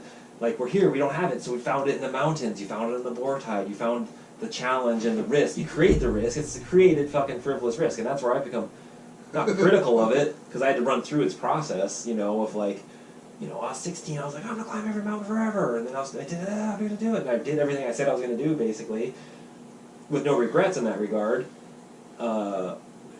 But then I became critical, same way I was critical when I fell left and fell right. I did the same thing when I was, like, critical of my mountain obsession. I was like, God damn it, I fucking wasted a ton of time being obsessed with mountains. I could have been doing other things. And, not always, like, critical, but moments of, like, oh, fuck, I could have done this or that. And, it's like FOMO for other activities. Remember what FOMO is? Fear of missing out. Oh, yeah. I could have been doing this, but I was doing that. That was the worst feeling ever. When you knew there was a powder day going on up there. You miss it. It is. Dude. I've gotten over it though. No, it used to be. It's interesting. I've gotten over that. I've missed, it's there. But I've missed a bunch. Like how the resort is closed on powder days the last 3 or 4 consecutive years. That is so deflating to people. What, like the early season? No, they closed the season on a powder day. Oh, yeah. They don't understand how deflating that is. Like, I was all ready to go up on that Tuesday. I had my skis and my snowboard. I was meeting Simon. Why'd they shut it down that Tuesday? It was a storm day or something? No, it had snowed Monday. And they were doing 2 to the chair all through the weekend. Sunday, Monday night it snowed like 6-8 inches. And it was clear Tuesday. Oh, it would have been good. And then they closed it at 10 a.m., half an hour before opening. Like, wah, wah, wah. Like, what a high note to end on, guys. Thanks. Yeah. Well, I mean, that was just what you're saying, though, like, creating this, like, challenge. A lot of people don't go create a challenge. Making yourself uncomfortable for self-growth is what it is. And I remember so many days when you're going skiing, you don't actually... you want to go, it's shitty snow, it's fucking ice, it's whatever, it's blowing rain sideways, and you're like, oh, and I'm going to rationalize, I think that is what's special about people like us, because we will go in a gnarly conditions. Yeah. Straight up gnarly weather. And you love snow, and we're like, oh, I'll just have to do this to stay warm today. Well, and I always try to tie things to, like, making sense. If you do something, then I'm like, well, and then what? And, like this, I literally had to make an excuse to do a podcast to fucking sit down with bullshit sessions for my friends. And thank you for doing that, because that's like, I'm old school. I'll go up to the valley and just drive around and just stop at my buddies' houses, and they're like, what? Where'd you come from? Where'd you come? But we'll hang out and we'll talk and... But, so yeah, to answer your question, I think a lot of people are just, well, think about that. If you go straight through school, if you're like, these people wearing the mask, there's people who do that. They're just like, straight to school, straight to a job, then they have the midlife crisis, like, they're like, oh my God, I've never done anything. Like, I was talking to some lady a couple months ago, she was like, late 30s, something, and she was just like, one year, I want to just like, take 6 months off and go do something. I've never done that in my entire life. It was this random conversation. I was like, really? I was like, I used to only do that for like 15 years. Like, if I didn't get 6 months off in the year, I was bummed. Like, but that feeling of like seasonally living so that you can do it and you're poor, not fucking Trustafarian, and that's the argument too. If you're actually a Trustafarian, how your life's meaning kind of falls apart because it's so easy. It's hard. That it gets hard, and then you don't want people to know you're Trustafarian because they're judged or whatever. There's a lot of reasons. I used to be jealous of kids with money, and now I'm like, I'm kind of glad that I know how to live without it. That's true, and you know how to make it if you need to, and like Exactly. you feel good about if you manage to make your shit work so that you can do the thing. Like, wow, it makes it that much better. Yeah. And that's why my daughter quit cross country this year. She went to practice for a week, and then she wasn't feeling it, and she's a junior in high school. And I'm like, man, it's really hard to come back your senior year. Anyway. Oh, that's a bummer. I know, and I'm like, She'd probably be fast. and she was. I think like she got a little lax during quarantine, went back. Everybody else is on their game type of deal. But for whatever reason, and I'm like, man, I wish. And like I told her, the best things are the ones that don't come easy. Like it's hard. You're gonna have adversity, but then you keep pushing through. And if you don't ever overcome adversity, then you don't ever get that. Yeah. And I've talked to a couple friends about it, how the younger generations are used to instant gratitude. Everything is instant, their game, boom, boom, boom. Like the goddamn boar tide. First time, it took me 7 times before I caught that thing. Oh, it was literally. like a 10 or a dozen for me. Yeah, literally, I remember counting, I was like, oh, I missed it again, like, god damn it. Then I ended up catching it, and it was the fucking awesome thing ever. Like, you know, I probably caught it 50 times, but it was a solid channel, and it was fucking great. But just that exact thing of, like, working hard to make shit happen. And that's where I've kind of at, like, I've kind of ramped through, like, I'm addicted to the process of getting better, you know, got good at skiing, got good at then snowboarding, you know, kind of maxed out or whatever that means. Then downhill biking, you know, skiing was a 20-year plan, downhill biking was a 10-year arc, where I kind of like maxed out, I'm not getting any better, I'm gonna die, right? You're like, you're technically not getting any better, you're not gonna go any bigger, this is it, like, you know. Well, it's life or death. At most sports, once you get to there, you're gonna die. It's life or death. You're fucking mangled, like, the fun, and it's so amazing, that's the amazing, like, the flow, the flow is so amazing, when you do it a fucking million times. There's that one time, oh, you're dead, oh, you're in a fucking thing, you're right. But then I did it surfing. Surfing was like a 2-year fucking plan. You know, overhead double gnar, like, yeah, like of all things, like you were there, for anyone who's watching this, like, yeah, that was the gnarliest gnar surfing ever, you know, there was levels of it, but that maxed me out. And then I didn't surf for 3 weeks, you know, I was like fucking done, like it shell shocked me. You didn't surf for 3 weeks? I think you left a couple days later. No, I didn't even get in the fucking water. I almost surfed for 3 weeks. Because remember that same day we went to Captain Cook, or Kealakekua Bay, and you surfed again, and me and Cody, I'm just like, I'm sitting out here. I pulled off that one wave, and it was like, ooh. I'm just like, I'm not even going over here, like, because I swam for 45 minutes, and like, you know, those waves, I've told people that, like, you know, we'll talk about biggest waves surfed. Remember that week, it went up, I think it was Hawaii, it was 12 to 16. The day, remember the numbers they were calling? Yeah. 12 to 16. That's fucking 30-foot faces. 20 to 30-foot faces. I just remember it was like the afternoon. I went out by myself, and there was one set that closed out the whole harbor. Oh, when you went out and we were still, that was the first day, because remember the storm came in, then it got bigger, bigger, bigger, and we're like, we're gonna surf it, we're all fucking hardcore. And then it was like, then they shut down, no one was even in the water, and then that's when we came back. I think it was like the day after. But no, I didn't surf for a fucking week, and that was right when Irie was like a week old. And I'm like, what am I doing? Like, trying to be a parent as I'm out here like doing this gnarly shit. And then I went out, when I did go out again, and like, I was like, okay, I'm gonna go back out there. I know I did have one killer day. I went out on the day when we were out and it was storming, it was fucking closing out like gnar. I went out like that 3 weeks later, or probably a month later, and it was fucking huge, but clear, nice day. It was long breaks, talking to you. Long period between, it was like 3 waves, long period. Fucking got huge waves. Anyway, the time I did go out for 3 weeks, I fucking went out, and it was like, I went way to the far point. Like, we were kind of out in that bay. If you go out to the point, they're smaller, and they kind of, but they're coming from different directions. And I was like, I can do this. They're like head high. I'm like, this will be fun. Like, I'm not scared anymore. Like, literally, but I had that, like, I'm scared still. Just deal with it. Because I was fucking long swim. Anyway, this one came this way. And I'm like, oh, this is fun. And then all of a sudden, this fucking big old one came together and haystacked. And like, tripled up. And like, I did a full, like, not just a 1 over, I did a 2 over. Somehow. I don't know what the hydraulics. Over the falls twice. Yes. Horrible. Yes. Kaboom! Obliterate. I don't know where I'm at. Completely, like, holding my breath. Down there, and like, going up, and I came up, I'm like, oh, I got this. You know, you can tell you're getting to the top. Boom! Straight under my skeg and board. Like, the skeg got my cheek. I'm like, dunk! then I'm like, ugh, like, came up and got up. I was like, God damn it. The next wave's coming. Get on the board. Boom, blood's like on the board. I'm like, oh my God, like, you fucking kidding me? So then I'm like, I gotta get out of here. And I fucking got anyway.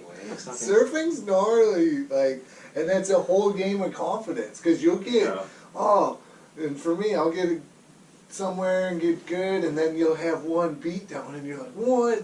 Yeah. It's like riding the flow, and like, the flow's so good until you get beat down, then you're fucking, But that comes back to us making up shit versus the person who's going to war versus, like, they're born into it, to the normalcy of war. Like, if you're a kid who's born into war... In a military family? And you're just normal, you're like, Jimmy's shooting at me, whatever. Or whereas last time we had a comparison, like, living in the ghetto, gangbanging, like, whatever, that's normal. Like, I'm in the gang, I'm doing whatever, getting shot at. Like, it's, for a lot of places, that's the only way you can make it alive. Yeah. You know? Like, where I grew up in the east side of Michigan, Flint, Saginaw, like... Right. Well, I mean, I grew up in the country, but we drive an hour, and, Flint's gnarly. Detroit, you can drive in Detroit for like an hour, and you'll go through abandoned neighborhoods, and then you go through nice neighborhoods, and then abandoned neighborhoods. Crazy. It's insane. But yeah, I mean, that's where I'm at now. Fucking this running around bullshit. You know, endurance stuff is the ultimate of like trying to get the flow out of the hardest horribleness. Running is fucking horrible, right? It's hard, but to get flow out of that, the runner's high or whatever, it's a real thing. And you're like, that's all masochism, isn't it? Well, you know, there's like finding pleasure out of pain. Well, you can run and it's not painful. Actually, when you're in shape, believe it or not, I've ever ran enough to where you're like, oh, this doesn't hurt, this is pleasant. Like, I can run quick enough and be talking perfectly fine, but my legs are just moving, right? And then the levels of, like, how much, you know, the better shape you get in, you can just go faster and deal with more pain, if that makes sense.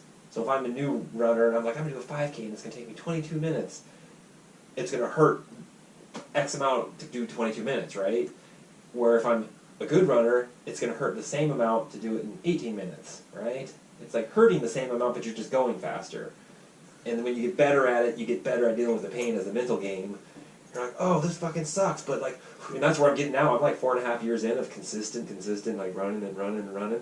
And I've noticed like being able to ride in that pain zone, and it's less painful because I've turned it off in my brain, right? Because your relationship with pain is different. And it's the same as fear, you know, fear on the side of the mountain. That's the flow sports, and that's, I actually wanted to talk about this with Tom, but we never really got to it, but as in, you know, team sports versus endurance sports versus flow sports, you know, action sports, you know, extremo action sports, the stuff we grew up on, like skateboard, bungee jumping, whatever, you know, this sort of shit. It's all about fear. And then if you can conquer your fear, you got the flow. Like, yeah, like the fear of dying is the ultimate fucking thing. You know, where then team sports, you're getting into the zone. There's a flow to team sports, too. And they're all different, like hockey or soccer or basketball or football. They're all, but they're team versions of it. And that's where I like soccer was totally fluid. You just run around for an hour and a half. There's no stop. Like, sometimes you go out of bounds, but for the most part, you're just going there. But then death is never really on your mind, like, ever. And any of those, death is not like, I might die. Think how many times you're like, that feeling of like, I'm going to go ski a mountain, it's going to be scary. Like, you're like, dude, you can fucking die. People die all the time. The one I like to think about is like jumping cliffs and hitting jumps. Rewind 20 years, and what was your mental conversation? Like, I'm going to fucking send it, right? Yeah, I mean, it depends on each cliff, you know, but like, or then when you're on a cliff and you're a kid, and you hit the cliff, and you're like, go, and your friend's standing on the fucking cliff for 20 minutes, you're like, go. And I guess what I'm saying is when you're young, and it's your first time hitting that cliff, you don't know what's going to happen. Like, oh, I'm just going to go over this at this speed and see what happens. When you get to our age, you know what's going to happen. You know what's going to happen. If I hit it fast, if I hit it slow, if I hit it at this angle, you know all and that stuff. That's what it kind of comes down to, like, on like not crashing and getting to the point where you've mastered it. It's just a series of like not crashing. If you think about like, what do I do now to not crash? What do I do now to not crash? That constant running, like, you know, you look where you want to go. Don't look where you don't want to go. You know, don't look off the thing, don't look at the tree, sort of thing. But like, you find yourself thinking, you know, exactly what you're saying is like, you see what you have to do to not crash, to do this turn, which is the reverse way of thinking, and like, just do it this. See what I'm saying? Like, or you find I'll crash when I'm not thinking about skiing. Like, because it's a meditation. You have to. I call that asleep at the wheel. Yes. Some of my worst crashes are asleep at the wheel. Yeah. I'm just cruising. You start daydreaming. Bam. And you're like, what just happened? Because you can. It's an extreme meditation. That's what the flow sports are, and endurance sports. It's a fucking. People talk about meditating. I want to meditate. It makes me feel so good. This is true, in the purest sense of what you're talking about. You're just sitting there, but you have to be meditating to fucking ski or downhill bike or any of these. It's all. Jerry Lopez has a real good thing about it, and he's like yoga, surfing, sitting and meditating. We're all trying to get to the same spot where we can just relax and our brain turns off. And you're just doing the thing. You're in the moment. It's all just falling to the moment. It's collapsing time from like, what am I worried about in the past? What am I worried in the future? Dink. This is it. And that's for me. That's why skiing, the North Face, is relaxing because there's so much going on in my brain. Oh, what's the snow doing? What are my skis doing? Where am I taking off? Where am I landing? Where's my next turn? Like, there's no time for anything else. Like, I have to be focused. You have to be thinking about it. You have to be, otherwise you're going to die. Yeah. And I had the theory of that smarter people are better at going fast. Like fast race car driver or fast anything. They've got to be technically smarter, and then they can compute their data faster to respond quicker. They can tell their body they're athletic, but your brain has to tell your body what to do. Yeah. So, I mean, that's just a side theory. Ross Clark Jones, that's how he trains for big wave surfing. He does race cars and stuff.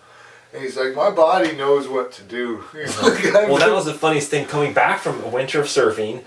Dude, surfing's insane because you are on improv. We're on the mountain. The mountain's not moving. You're like, you can stand there and look. I'm going to go turn there, jump that cliff, go there. Boom. It's a thing waiting for you. With the surfing wave, you can kind of get an idea of what it's going to be, but you don't know until you see it. And even the wave changes as you're fucking on it. It's a changing thing. And I remember surfing all year and getting used to that frequency of speed. Coming back to snowboarding, dude, it felt like slow motion. I was bombing down terrible. I'm like, what? It's not moving? You could just, it was slow motion. Literally, I remember it was a spring day, it was nice, corn, and I was just like, it literally was like, I can't go fast enough. I'm like, this is too easy. Like, and you're all hooked in? Yeah, you're just like, oh my god, this is so easy. And, but yeah, just fucking. Well, that's like, for me, last year I learned snowboarding. And for my brain to learn something new. To relearn it. Well, I never did. Oh, like, yeah. Oh, you never did. I mean, I probably had like 20 days in my life. So it is a whole thing. I remember I did it when I was young enough, 16. But I remember I could get good. I could ride the edges. Like, yeah, I got this. But the second I would get in the air, I'd always want to turn as if I was on skis. I couldn't deal with being sideways in the air.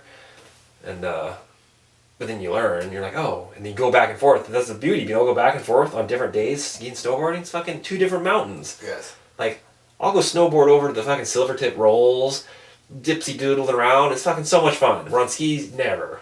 Never do I go over there. Because skiing is like fall line charging. Snowboarding is dipsy doodling, milking it. So you can, and that's always been a goal, is to be able to ski like a snowboarder and snowboard like a skier. You know? If you can ski with the flow of a snowboard, but then charge on a board like you can on skis, then you're getting somewhere. But where the fuck are you getting? Like, it's just an arbitrary frivolous activity to be really good at.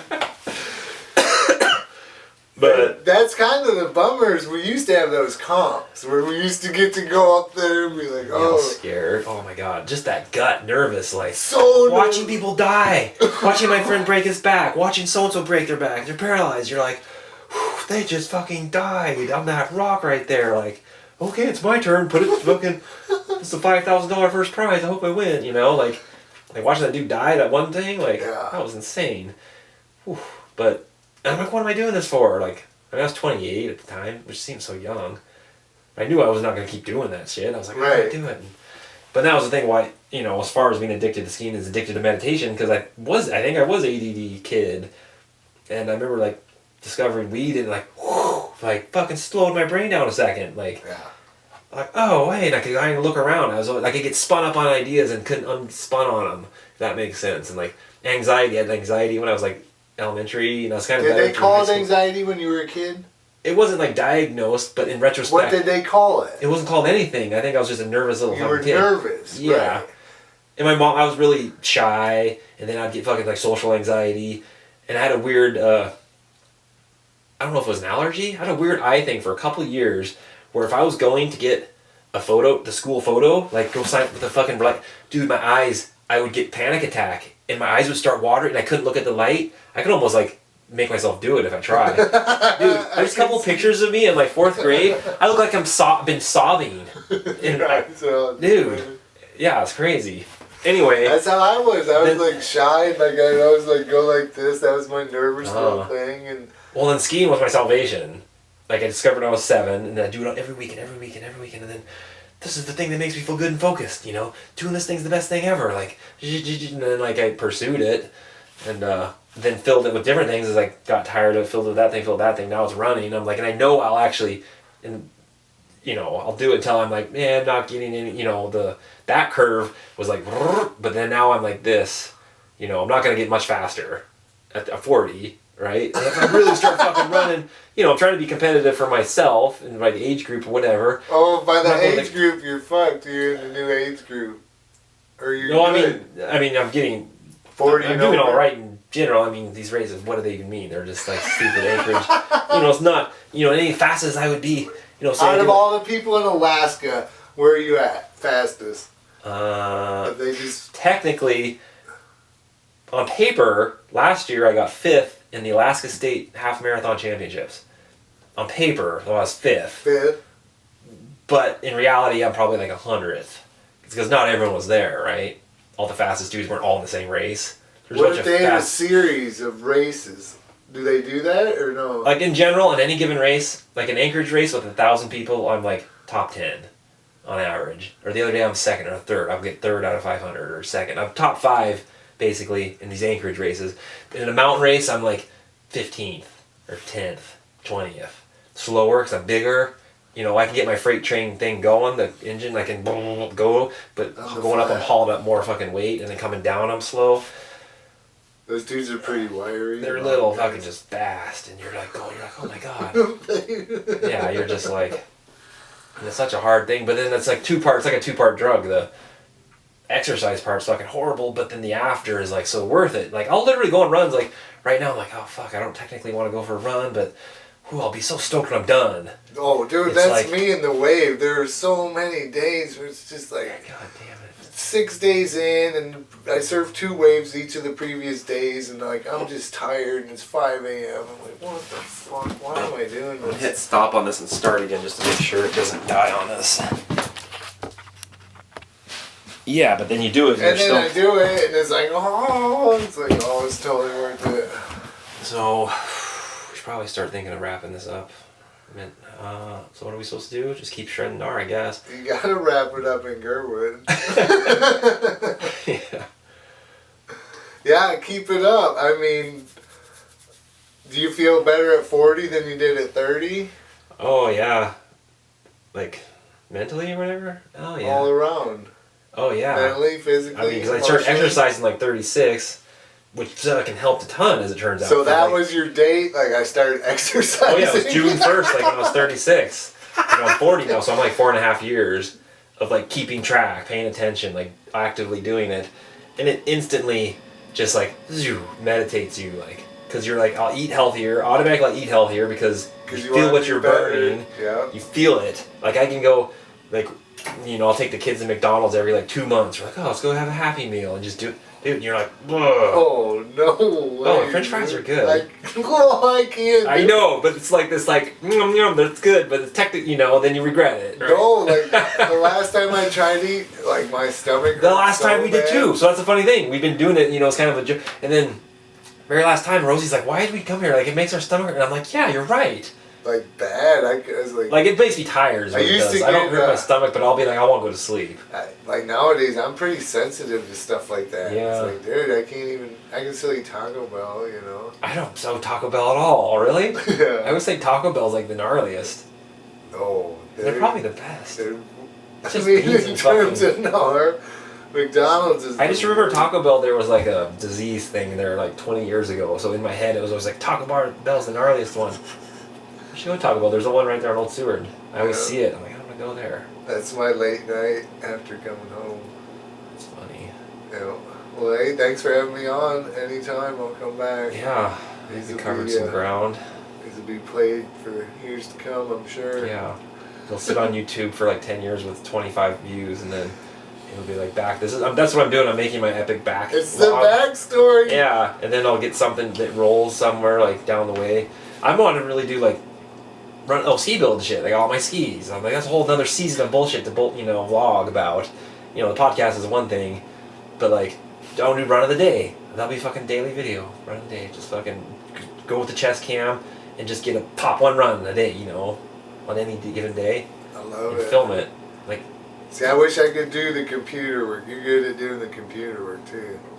I've got all the footage, so it's when you acquired. It's just I got Rosie trained up on Final Cut because me and Rosie started. So no, her and I started a YouTube channel the same day. I started mine. We both have 8 subscribers right now. I don't know if you hit the subscription button yet, but so we both. What happens if I subscribe? Then you just get a notification when I make a new video. Okay, I'll subscribe. Yeah, that's all it is. You get a ding and like. I only follow so the point is, so how YouTube works, I don't know if you know this at all, but you need 1,000 subscribers and 4,000 viewed hours within the previous year to get monetization. And monetization is just running ads on your thing and you get X amount of dollars per view, right? Alright. So that's the job, that's what YouTubers, that's how they make money. Joe Rogan, for example's podcast, he makes $30,000 per podcast because he's Joe Rogan, he's got 9 million subscribers. He does 5 of those a day. So do the math. Or like the guys, he's got 9 million subscribers. Like Mr. Beast, 30 million subscribers. 30 million. He's making like it's like something like $150,000 a day, and like, and then PewDiePie is like 25 million subscribers. Yeah, and their videos are insane. Like they're genius in that they're making them fucking tons of money. But they do fucking. It's all about money. Like they're so rich now that they've upped the ante and what these videos are about. Now they'll go buy a Lamborghini, and then him and his 4 friends, whoever has their hand on it last gets the Lamborghini, and they just film that. And he's like, oh, I've been here for 3 days, and the other goes, I quit, and he leaves. And he's like, yeah, I win a Lamborghini. Or he's like, the video will be like, I bought my friend a Lamborghini, and it's in his garage. We're gonna go check it out. It's all this display of weird shit. But it started, and they're just doing it because they have so much fucking money. That's what they're just doing. He's like, I bought my.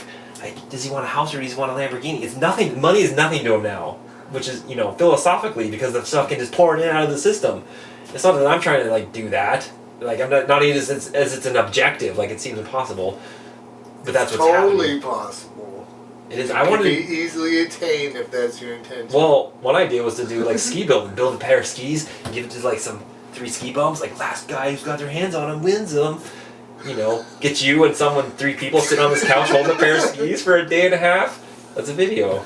Well, I'd win that, dude. I could talk so much shit. They'd be like, let me out of here. There you go. We'll make it. I'll make a pair of skis. I'll make a video about making the skis, and then we'll do a like ski fucking challenge. I'm down. I'm down to help you out. All right, however, let's make some content. You're the first competitor. Cheers.